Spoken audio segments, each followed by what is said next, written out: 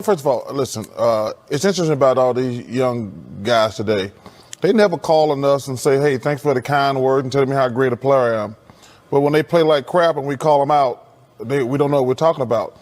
Listen, I'm easy to find, but I get sick of these guys complaining. These young guys, they never call us and say, when a coach is wrong, I'm going to call him out. But when players are wrong, I'm going to call them out. But listen, I'm going to criticize guys if they deserve it. And listen, they can kiss my ass if they don't like it.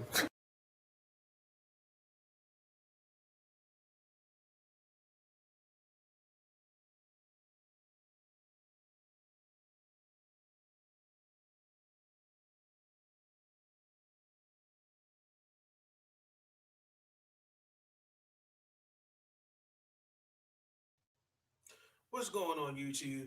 Happy Taco Tuesday. Hope everyone had a great day. Hope everybody stayed safe. Hope everybody is staying safe and off to a great week so far. Welcome to episode 12 of the podcast. Before we get into the video, there's a few things I need to say up front. First and foremost, let me take this opportunity to thank comedian L. Hendricks for joining me Sunday evening for a very, very good interview. I appreciate those that came out and supported the video.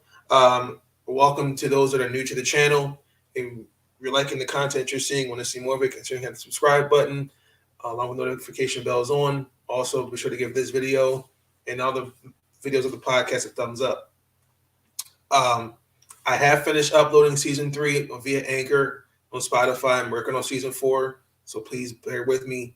I just uploaded season 1 on Anchor to go to Spotify, so you'll see the rest of the episodes. My goal is to have some done by tonight and the rest tomorrow. All right.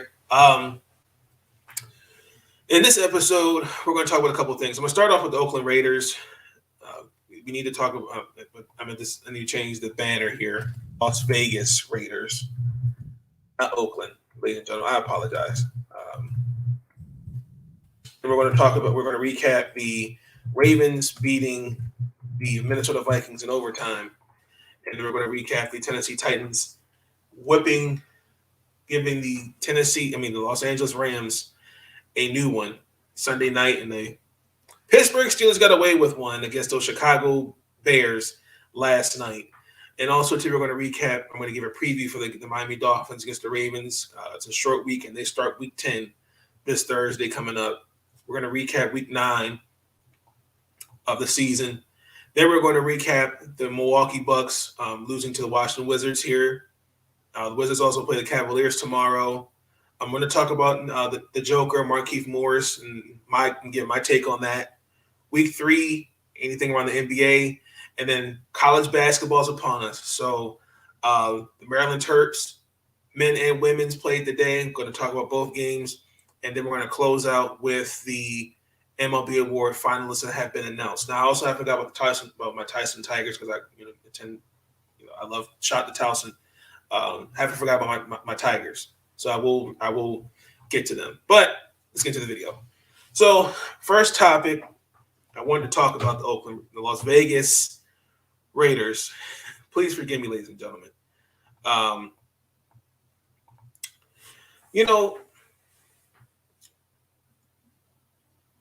The John Gruden scandal. Well, then let me take that back. The emails that were leaked, the racist, misogynist emails of one John Gruden. Henry Ruggs making a very poor decision, which he took the life of a young woman and may have to fate in his NFL career. Pretty much to say is over. Now you've got Mr. Damon Arnett, who was cut, I want to say yesterday. Michelle, what's going on? How you doing? Good evening. I see Lucinda in the comments. What's going on? VT, what's going on? Good to see you. What's going on? For spewing death threats. And also to not really feeling the fact that he was not getting enough playing time. I think what you have is one that this season, Mr. Mark Davis needs to clean house. I think what you're seeing is obviously a mess. I would have thought coming into this season the Raiders would have been a good team. And the fact that you have a coach that now who everyone would say he should not have gotten that job in the first place. A guy who has no front office experience whatsoever. All we know him from is the NFL Network and covering the drafts, Mike Maylock. He got that job.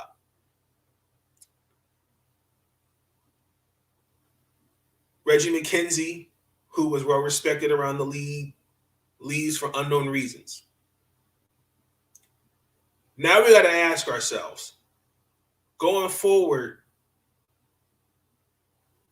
we got to ask about the culture, because Mr. Damon Arnett, for example, was drafted from The Ohio State, and it's documented he's had some issues while in college.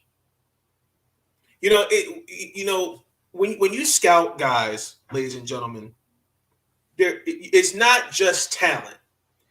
It's how you represent yourself outside of sports. You're interviewing high school coaches, you're interviewing teachers, professors. You're getting a feel for the player because you want a culture where you don't have this kind of stuff happening. Now, I'm not saying that Henry Ruggs and Damon Arnett are bad people, but I appreciate that. Thank you.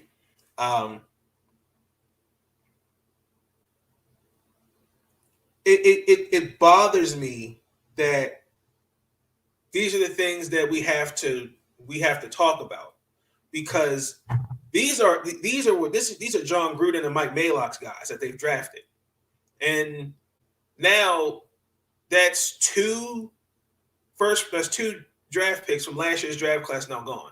Now, why Mr. Arnett would spill death threats on Instagram Live with a gun, or apparently addressing trolls and John Gruden, is beyond me. And knowing that is an absolute no-no. And it's clearly something that has to be. It starts at the top. Mark Davis, son of the great Al Davis, may he rest in peace. He's got a clean house. Mike Maylock has to go. They need a GM and a coach that's going to steer this franchise in the right direction. But it's also, let me just say this, ladies and gentlemen, there are certain cities where, as athletes, you can get in trouble. I know you're going to say the argument, well, he can get in trouble in New York, LA, Atlanta. I'll put Toronto on that list because of Drake. No, nothing personal, but Miami. You have to be. You gotta, again, going back to my point. You have to be smart about how you move, because in those cities you can't get in trouble. And I feel bad. I feel bad for the Raiders. They are a good team. I just think you've got a clean house, and you got a clean house. We're going to transition into the Baltimore Ravens defeating the Minnesota Vikings in overtime.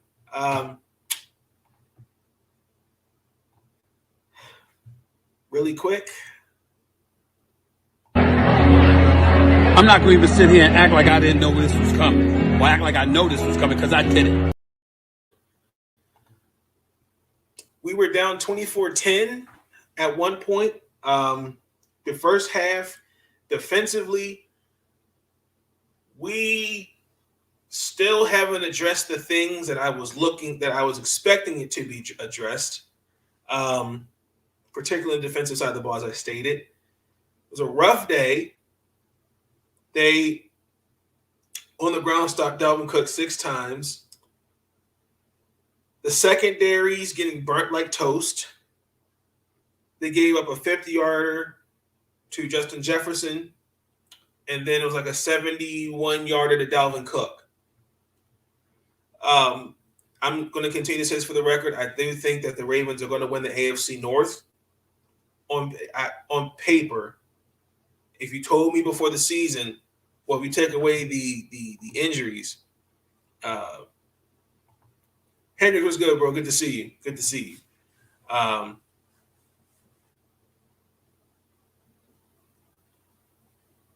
would have told you. I would have told you differently. When you have lost 3 running backs, all to injury, a depleted offensive line, injuries, defensively injuries. To make matters worse, we lost Deshaun Elliott, who's out for the season with a torn pectoral muscle.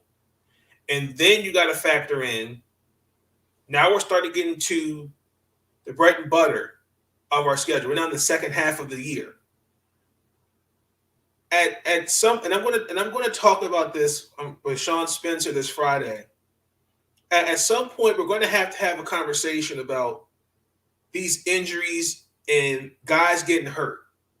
We really got to address this, because my concern going into the playoffs, when Baltimore makes it, you're going to need every available body. And if you don't have the bodies on defense offensively, it's going to be a short run for playoffs. I can point to the fact that Lamar Jackson once again said he can't play from behind, and he did that. 266 yards, 120 yards on the ground. I'm also going to give Le'Veon Bell and Devontae Freeman some love too. You know, they both had 22 carries in the game. Devontae had 79 yards. Le'Veon Bell had 35. Marquise Brown has been stepping up lately, and that's what I want to see. Mark Andrews. Again, you know, even on the offensive line, I got to give and come to its defense, guys are stepping up the best they can. Yes, Lamar Jackson got sacked 3 times. But this was a game I felt like should not have gone to overtime. I really do. I'm glad we got the win, because when he threw that interception to Anthony Barr, I'm like, oh, okay, the game is over. Even though we Dalvin Cook had 110 yards on 17 carries, and the Kirk Cousins didn't have a good game. So I felt like that played a role too. But again, I just think that you can never count on these Baltimore teams. Yes, it was. You can never count the Baltimore teams out. They're always going to show some type of resilience and fight. Even though, again, and that first half was telling. We come off a bye week, I would have really thought some of the things were addressed, and we're still going to have to address that. Now, Deshaun Elliott out, that's another injury we don't need. So I'm kind of curious to see where this week goes. And on top of that, we got to go down to the 305. They might play the Miami Dolphins. And we'll talk about that in a little bit. But let's transition to the Tennessee Titans and the Los Angeles Rams. I'm not going to even sit here and act like I didn't know this was coming. Or act like I know this was coming, because I did it. The comeback was real. My son and I are Raven fans too. I appreciate you, Hendricks. Thank you. Thank you. Raven Flock, Ravens Nation, appreciate you. So, wow. Where do I begin with this game? Von Miller didn't play. I was expecting him to start.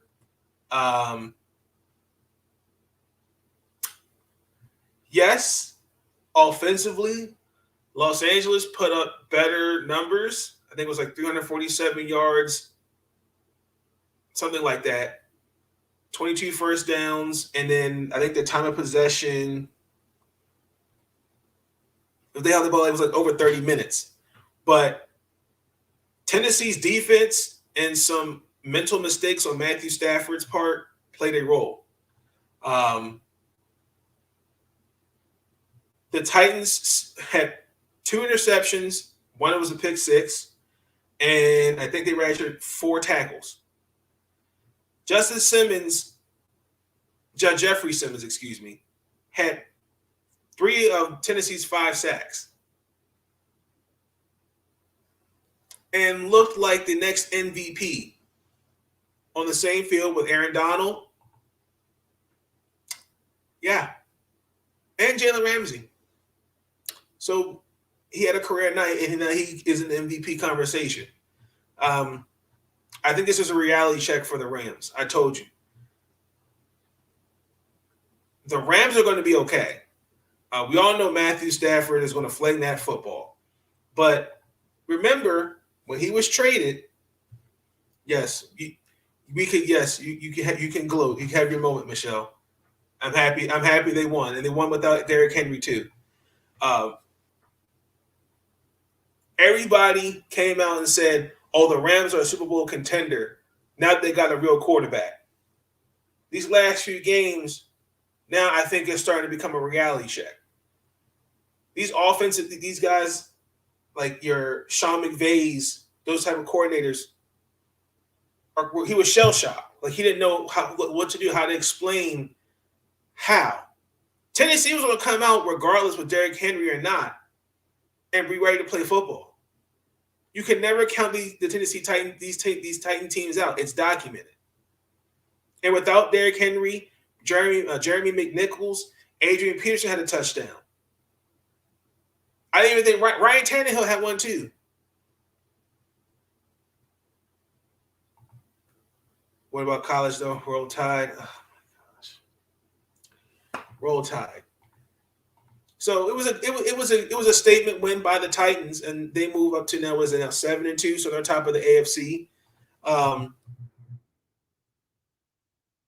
And just was shell shock. Then we got to talk about last night's Monday Night Football game. Relationship with your children. My God. Final score, Pittsburgh 29, Chicago 27. I was expecting the Steelers to really put the Bears away. I didn't see that. Pittsburgh won the game because, again, they play Steeler football. And I've seen it because, they're rivals of Baltimore. I've seen it. They control the ball on offense, and they'll get physical on defense. Big Ben made some very, very good IQ plays when it mattered. Najee Harris did struggle a little bit, but again, when it mattered, Cameron Haywood, TJ Watt, Minka Fitzpatrick stepped up when it needed. I think they had like 3 sacks, 17 tackles, and an interception. That was Cameron Haywood.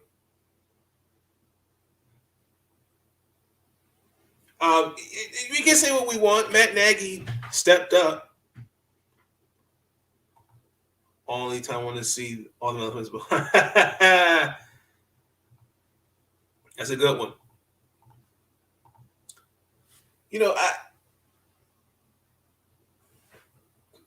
I see the improvements. I saw what Matt Nagy could do. But coaching really, really has to be put at number one over the biggest reason why they lost. Justin Fields had a good game. Let's not take that away from him. But I'm just noticing. For me, I just noticed at the times during the game, they don't know how to help him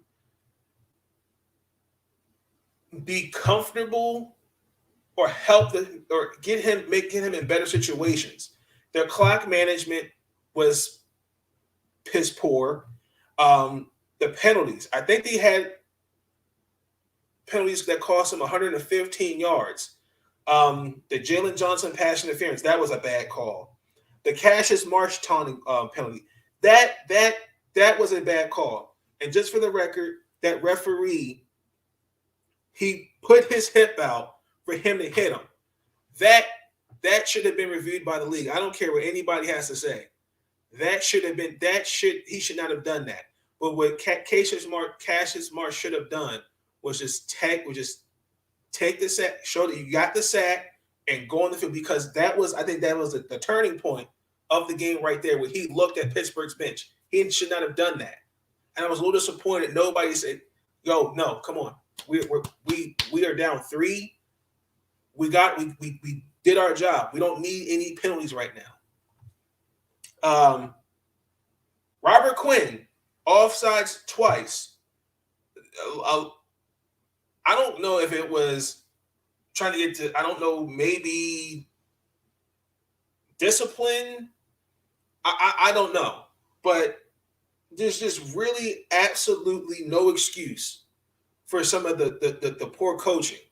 And I really, really think, and shout out to Nick Rosario and Delana Crespo,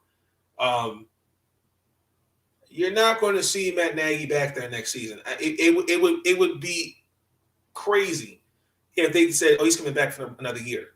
When it came in, it mattered. Allen Robinson had, for the first time, to me, had a big play. I like the fact that he went to Randy Moss before the game and asked for some words of wisdom, like how can he be better. The defense in crunch time stepped up, but it's like some of these guys, man. I think a lot of it is just coaching.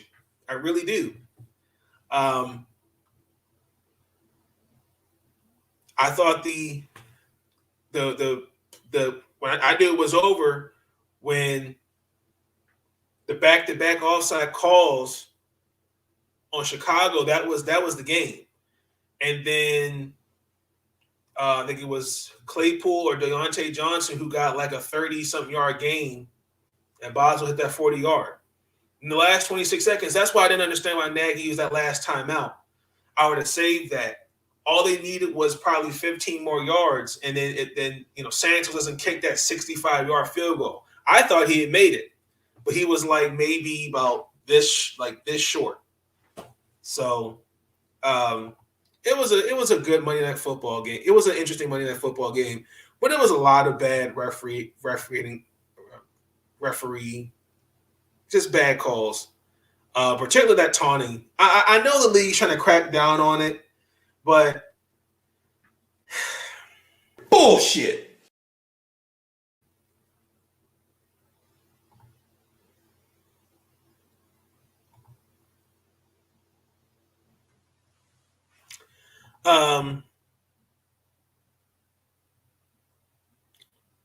We're going to recap the NFL Week 9. Let's see. Where did I get my picks right for this week? The Giants beat the Raiders 23-16.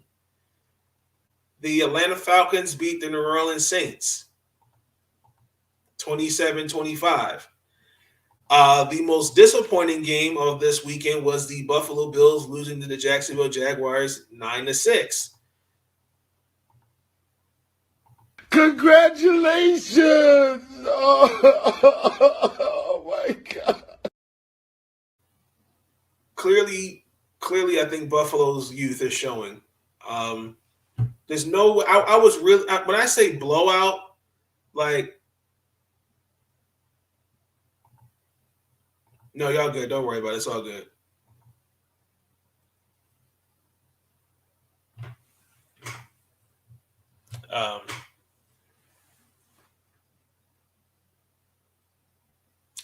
Disappointing in the Bills. I mean, that was awful football to watch, honestly, truthfully. The Cleveland Brownies, Baker Mayfield seemed to silence all the critics after Odell Beckham Jr. is gone. 41-16. The New England Patriots beat the Carolina Panthers 24-6. How about them Cowboys? They got 30 ball in the fourth quarter. The Denver Broncos. You know what? Out of respect for Broncos Nation, that Vic Fangio clip, I'm not going to play it anymore because I was not expecting that to happen. I really was not. I'm not going to play this clip. That was their Super Bowl. The Miami Dolphins beat the Houston Texans 17-9. The Los Angeles Chargers beat the Eagles 27-24. Another disappointing game. The Aaron Rodgers-less Green Bay Packers, and then we saw the debut of Jordan Love lose to the Kansas City Chiefs 13-7. The Kansas City Chiefs only managed to put up 13 points. You know, and it's funny. You know, I don't think this is the same Kansas City. I've said it. This is not the same Chiefs team since the Super Bowl.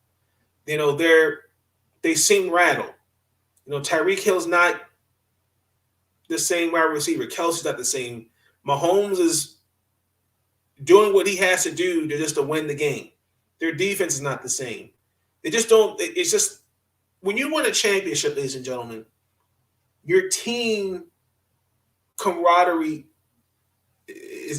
continuity changes because there's some guys once you get that paycheck, or once they go up against that team that's mentally, physically beating you, you're kind of not the same team. And I'm a little disappointed in Andy Reid and Eric Bieniemy. Those that have been in these kind of situations and not really giving the guys the confidence. Jordan Love was not ready to be out there Sunday, but when you have a quarterback that pretty much wasn't, that for the most part wasn't honest about his vaccination status, he should have just been up front and said, "Look, this is where I stand with it," and he should just kept it moving. That's all I'm gonna say on it. I was disappointed that Matt LaFleur and the coaching staff did not give him the confidence I think he needs. He's not ready yet. He still needs time to develop, in my personal opinion. There were some really bad throws I saw, but I think, again, it's his first game. He's going to get a pass. They just didn't make him comfortable and help him adjust. Very disappointed in that. So that was that game. The Arizona Cardinals beat the San Francisco 49ers. I'm glad I cut actually their defense in fantasy football, San Francisco, because their defense is not what I thought it was. So that was week 9 of the NFL. I think I got, let's see.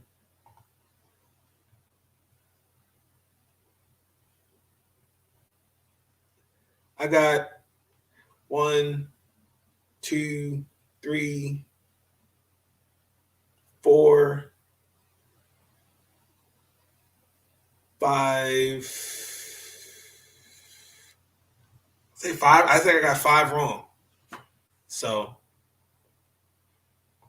they were also real quick in the news. Aaron Rodgers was fined. The Packers were fined $300,000, and Aaron Rodgers and Alan Lazard were fined with both $14,000 for violating NFL and COVID-19 protocols.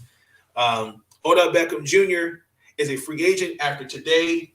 After 4 p.m., nobody claimed him, so he's now a free agent.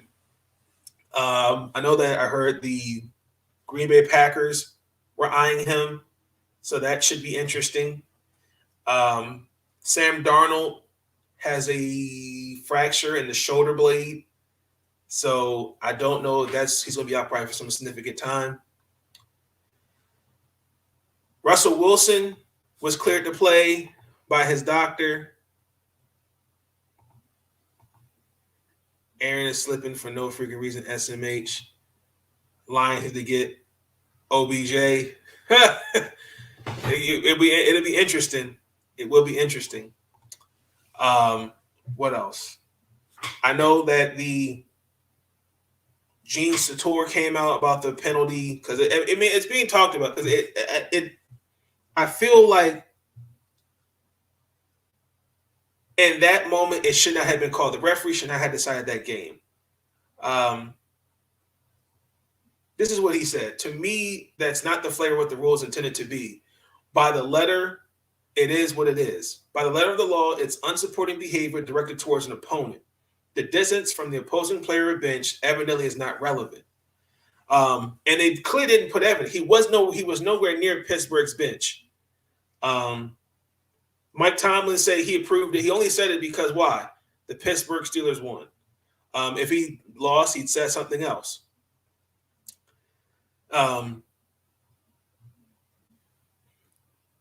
That's pretty much what's going around the NFL right now. So I'm kind of glad Russell Wilson's coming back. I feel bad for Russell because I don't know if I feel like this is going to be his last year in Seattle. Besides DK, Tyler Lockett, I mean, they got to address the offensive line and they need a defense. Because I sat there when the season started like that the Seattle Seahawks die, and now I'm starting to eat that. I'm starting to get my words for that. Really quick, I have to do a preview for Week 10. We start Week 10. We're Baltimore Ravens. It's a short week. We play the Miami Dolphins in the 305. We're 6-2. We play the Miami Dolphins who are coming off a win against the mediocre Houston Texans. Tula with a finger injury is a game time decision. Didn't play Sunday. Jacoby Brissett started. Baltimore has to play Ravens football. We've already played in 3 overtime games in 9 games of the season, which is insane. Lamar Jackson's playing out of his mind. I think we got to give him the respect.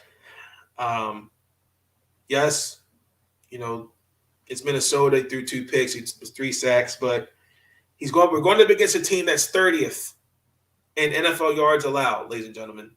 Their defense that has, I thought, 2 Pro Bowl corners in Byron Jones and Xavier Howard, who we attempted to trade for. That didn't happen. But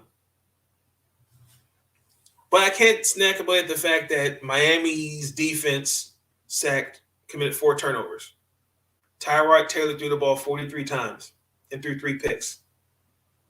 But against the Houston Texans, they stink. So I think we just have to be aggressive on offense. I think we need to mix it up with the pass and the run. I'm looking for Lamar. I'm looking for Marquise Brown. I'm looking for Rashard Bateman to have his first touchdown of the season. Guaranteed. So I think it's going to be I'm not going to say it's a blowout, but I'm going to say that the Ravens win 28-17. Guaranteed. We're going to transition into the NBA. The Washington Wizards. We beat the Milwaukee Bucks. Nate, did you get to play any sports in school? Yes, I participated in varsity baseball. Varsity baseball my junior and senior year. The Milwaukee Bucks were in town. Obviously when you win a championship, you get to go to the White House and you're with the president, you give him the jersey and all that. And we spoiled that for them. The final score was 109-94. The Wizards are looking good. The last 5 minutes of the game was 98-94. Numerous turnovers. Bradley Beal saved us. I really, when I mean saved us, at first I was like, oh, okay, this is going to be another hero ball moment. Then Denny Avdija came at because Bradley Beal got doubled, and then Milwaukee doubles Denny. he passed it to Spencer Dinwiddie, who gave the dagger with the game winning 3. This game, to me, I got to give Wes Unseld credit. He's gotten these boys to play ball. I'm seeing a different Wizard team last year. I mean, we seeing a different team when we had John Wall, Otto Porter, Gortat, and Nene. They're looking really better. The third quarter, to me, I think of that game was really big. We found the energy. Again, the Milwaukee Bucks, I think they missed like 8 shots from 3 and turnovers. I mean, we're making some great defensive stops, but we got to take it one game at a time. It's looking really good. The Milwaukee Bucks, like I said, they're dealing with injuries, and again, Mike Budenholzer is, yeah. I mean, I wasn't an all-star. I was average. It was okay. I was average. And Mike Budenholzer, once again, with the coaching decisions, he didn't really rotate. The substitutions were weird. At one point, he rested all 5 starters at once, and then it was like 82-71 at the end of the third. We're 7-3 going against the Cleveland Cavaliers. Meanwhile, the Bucks are 4-6. Really quick stats. Bradley Beal had 30 points. Kyle Kuzma had 15. Denny, he had a plus 10. 9 rebounds, 4 assists. These are just things I'm pointing out. We got to cut down the turnovers. We turned the ball over 19 times, and Bradley Beal was responsible for 6 of them. And a lot of that is coming from why? Bradley Beal wants to be the hero. Got to cut down on that. So, really, really looking good. 10 games in the season, we're 7-3. I would never expect to see that. But again, it credits Wes Unseld and what he's definitely changed the culture. I'm actually really, really – this team looks better. Okay, I just said we had Russell Westbrook. I kind of see the same team from last year. Then we play tomorrow at the Cleveland Cavaliers. Couple things. Colin Sexton will be out for an extended period of time with an injury. We're going against a team that's actually not bad themselves. They're on a 4-game win streak. They've been playing well. Ricky Rubio, Evan Mobley, Jared Allen. Jared Allen was actually Eastern Conference Player of the Week. I think, in my personal opinion, could be a potential all-star. Last year, going into this game, I think the key for us is defense. I looked at our defensive stat from last year. We had a 112 defensive rating. Now this year, so far, it's 103. It's looking a little better.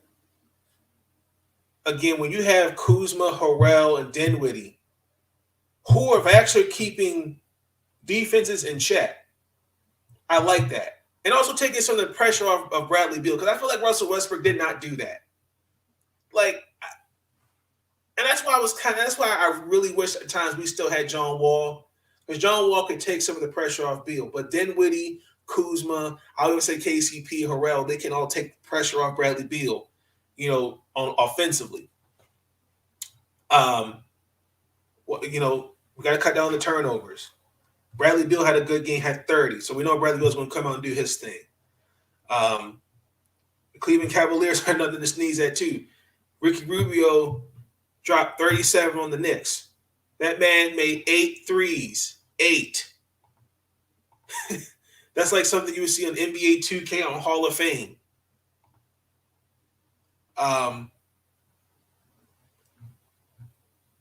Jared Allen, too. Let me just pull up these.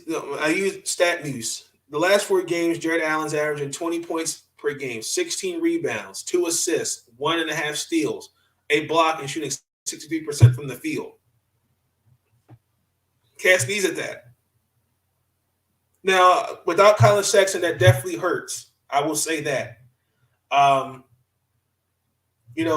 of course, like I said, they're at home. And, they're looking good. So I'm going to say it's going to be a close one. I think that the Washington Wizards can pull this one out. I'm going to say along the lines 99-91. Guaranteed. Hey, Lee, how are you? Do I have a gaming channel?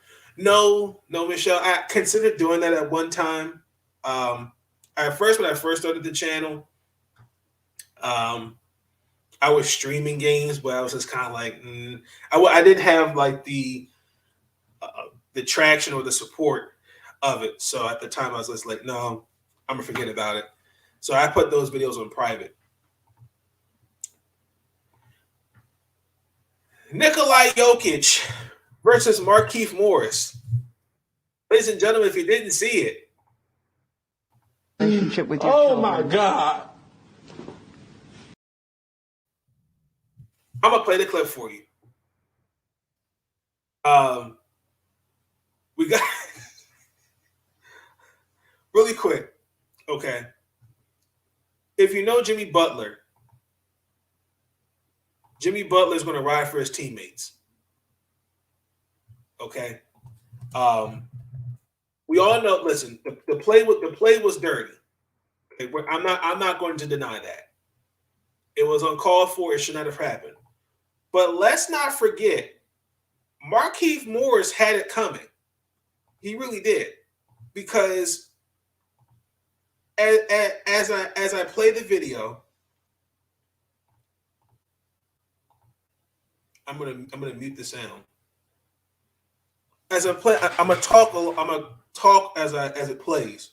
So I want you to understand. So Bam Adebayo, and it should have been a foul on Jokic because it was a foul under the rim. Right there, we're gonna see it. Show it again. We'll show the other if they'll let me. Okay.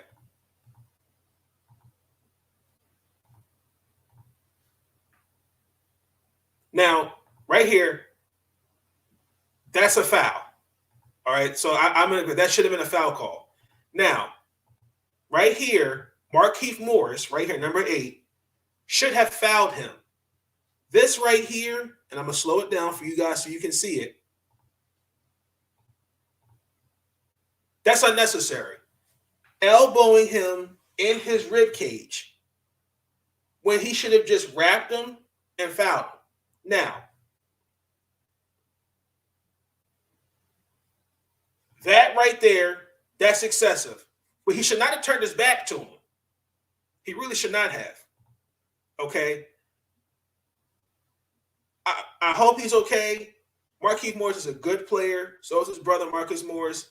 But the Morris twins, and this is no shade thrown on them, they have this reputation of being they can be the aggressors sometimes. Now, I want to show you the part with Jimmy Butler really quick. It's not. I'm not laughing at Markieff Morris. We're just listening to Jimmy Butler solidly when Morris wasn't looking. Watch Jimmy Butler.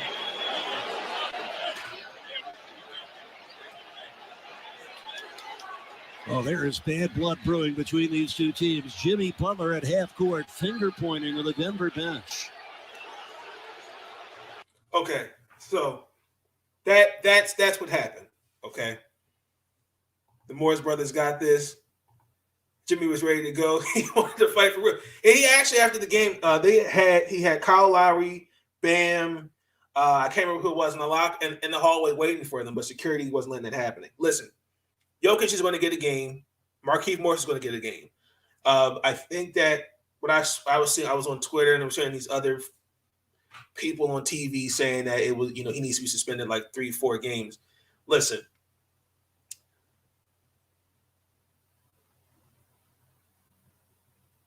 it was unnecessary. Should he have thrown it? No.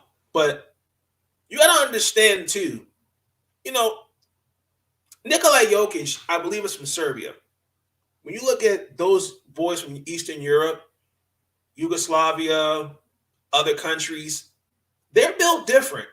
They're not backing down from guys like Markieff Morris, Marcus Morris. They're just not. And his brothers, were on Twitter spewing off against Marcus, because Marcus Morris has some things to say. But it's amazing that people were saying that this is a guy that is our MVP, represents the league, and trying to make it like a racial thing. When at the end of the day, this is part of it's. She had retaliated that way, no, but we've been kind of saying it for a while. The NBA has been getting soft. You know, I don't want guys fighting. I don't want injuries like that to anyone like Markieff or Morris happening.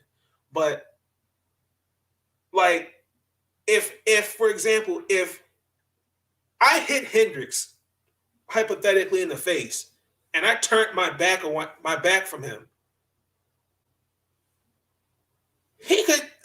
I should not have done that. And that's what Markieff Morris should not have done. You know, and you can say make the same argument in football, but I've seen worse than that. My dad used to tell me stories with the Detroit Bad Boy Pistons, Charles Oakley. They're going to be suspended and fined a game.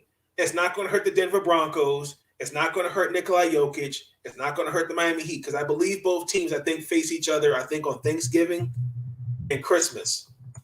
I want to say the next matchup. And I guarantee you, November 29th is the next time they play them. They're going to be ready for it. Because I get Udonis Haslem, Jimmy Butler, Markieff Morris, one of them going to find ways to get ejected. Guaranteed. I applaud Jokic for being the bigger person, saying he shouldn't have reacted in that way. But listen, it's part of the game. It was excessive, but hey, shouldn't have gotten that far. Week 3 of the NBA. The New York Knicks beat the 76ers 103-96. The Grizzlies beat the Timberwolves 125-118. The Chicago Bulls beat the Brooklyn Nets. James Harden got his first foul call offensively for the season. Congratulations! Oh my God. The Dallas Mavericks beat the New Orleans Pelicans 108-92. The Denver Nuggets beat the Miami Heat 113-96. Those Phoenix Suns beat the Sacramento Kings 109-104. And the Golden State Warriors due to a 50-piece by Steph Curry.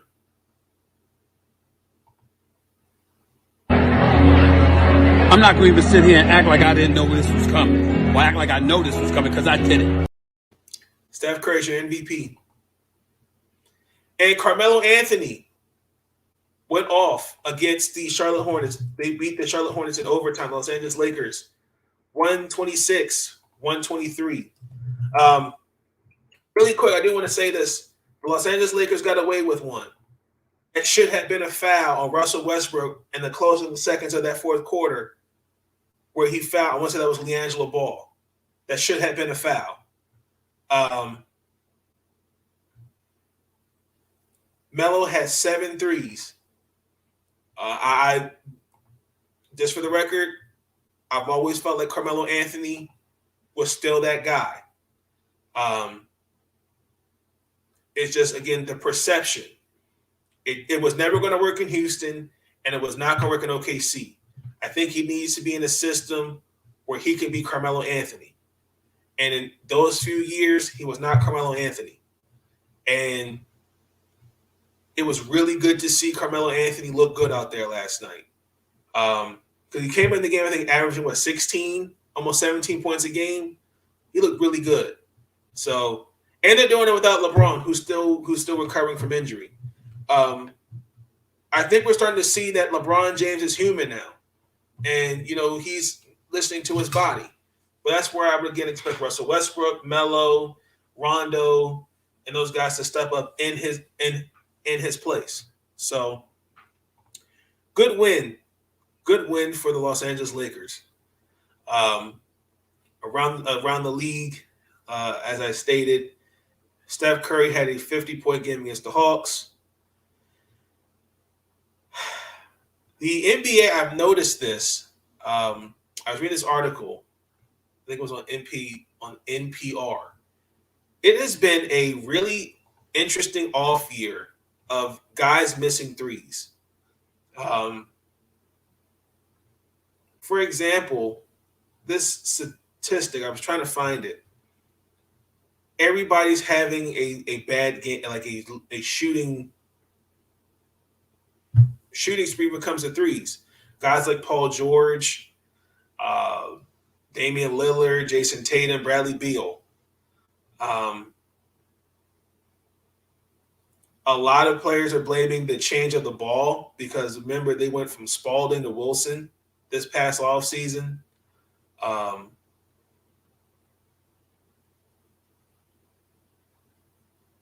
was reading where the part where the physics said it was a physics professor said it's the difference between the leather of the ball and a synthetic one. That shouldn't make any sense. I would think there should be no difference with the ball. But also too, I think it just points to, I think, if you know that, okay, if I took 10 threes and I've missed 8 of them, I got to figure something out. But obviously that didn't happen. So we'll hopefully see it get their selves together, because I know Bradley Beal's like shooting 26% from 3, career low so far. That's interesting.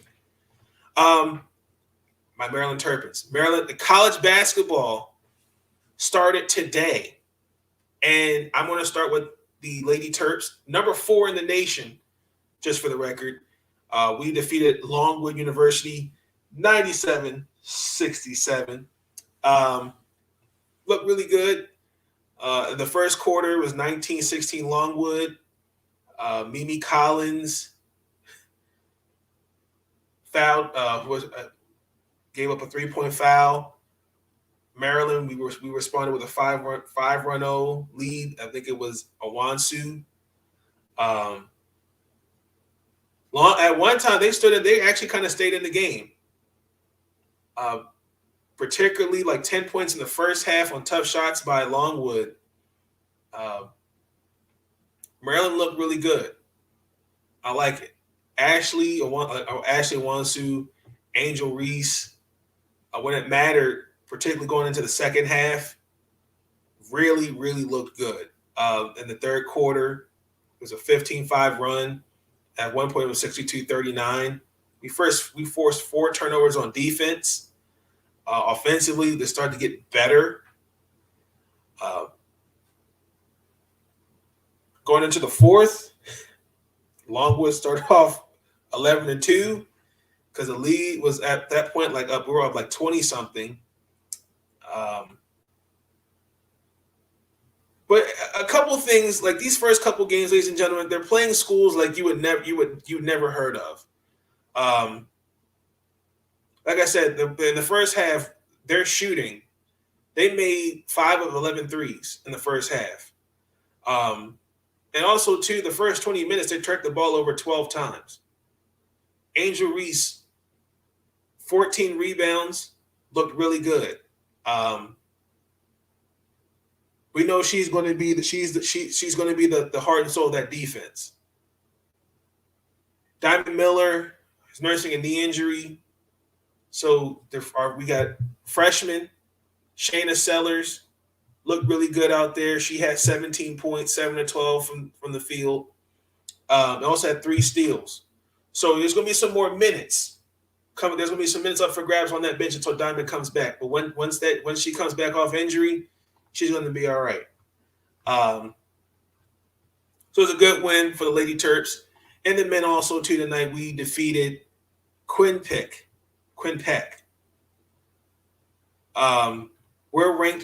men are ranked number 21 in the nation.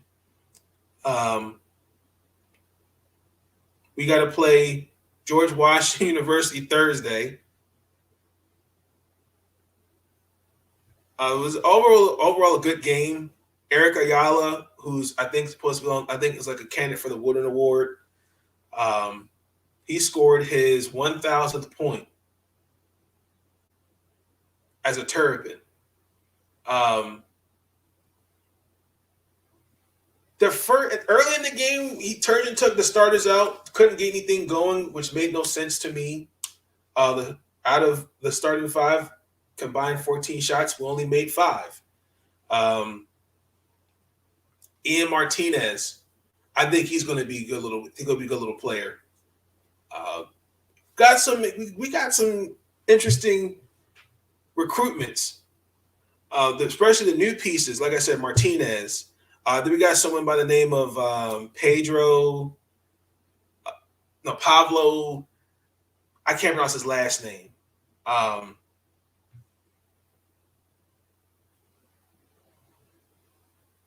I see what Turgeon's going to look like a defensive minded first, particularly in the perimeter. They forced. I think they're called the Bobcats. Yes, it was like 30% and turned the ball over 10 times. I really think I'm going to continue to look for Julian Reese. I apologize for him to get some minutes, big time. Fun fact, that is Andrew Reese's brother. So he's a freshman. He's 6'9". He's look more like he's 7 feet. 4-7 from the field, 4 rebounds. Aaron Wiggins is going to be fine.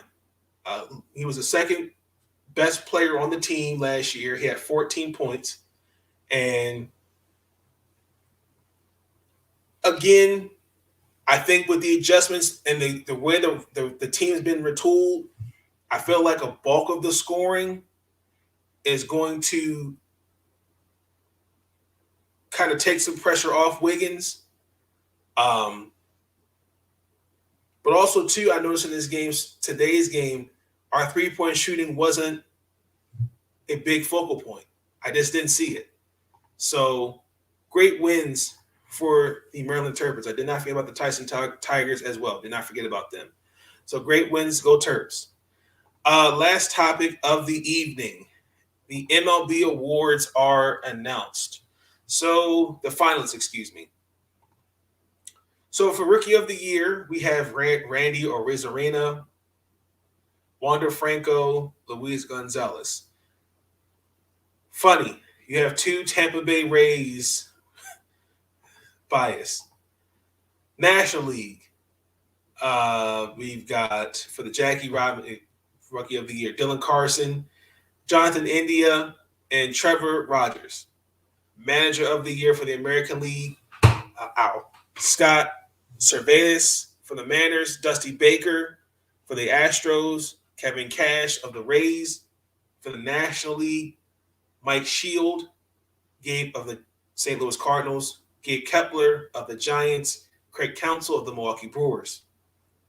American Cy Young, Garrett Cole, the Yankees, Robert Ray, the Blue Jays, Lance Lynn of the White Sox, the National League, Zach Wheeler of the Philadelphia Phillies, Corbin Burnes of the Milwaukee Brewers, Matt Scherzer of the Los Angeles Dodgers. MVP for the American League, Shohei Ohtani, Marcus Semien, Vladimir Guerrero Jr. And National League MVP, the finalists are Bryce Harper, Fernando Tatis Jr., and Juan Soto. Congratulations to the finalists for each award. My Rookie of the Year for the American League. What was I going to play? So I'm going to say Wander Franco. He played last year. So Wander Franco will get my Rookie of the Year for American League. For the National League, it's a toss-up between Jonathan India and Dylan Carlson, but I'm going to say Dylan Carlson wins. American League, I'm going to say Dusty Baker because Dusty Baker accepted the challenge of being on a team. Is baseball your favorite sports season? It's my second favorite. Football, Well, actually third, football, basketball, and baseball.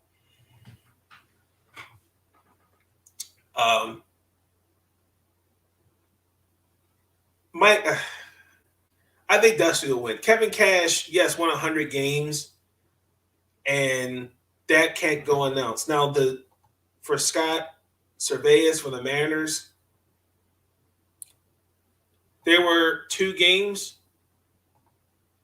from making the wild card. I think everybody had written them off. And I think the Seattle Mariners going forward next year, I think are going to be okay. As far as the National League Manager of the Year, you ain't got to worry about that. That's Kate Kepler. That team won 107 games. A team, everybody written off except me. I think the San Francisco, I was not sleeping on them. Even though Buster Posey is now gone due to retirement. Mike Shield, they won 17 straight games to get into the wild card. I can't sneeze at that. But he was fired for irreconcilable differences. And then Craig Counsell of the Milwaukee Brewers.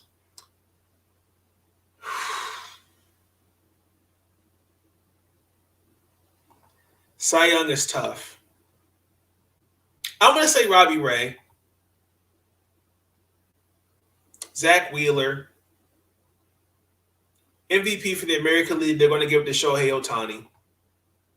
But see, he put those numbers up on a team that didn't win. I feel like most valuable player.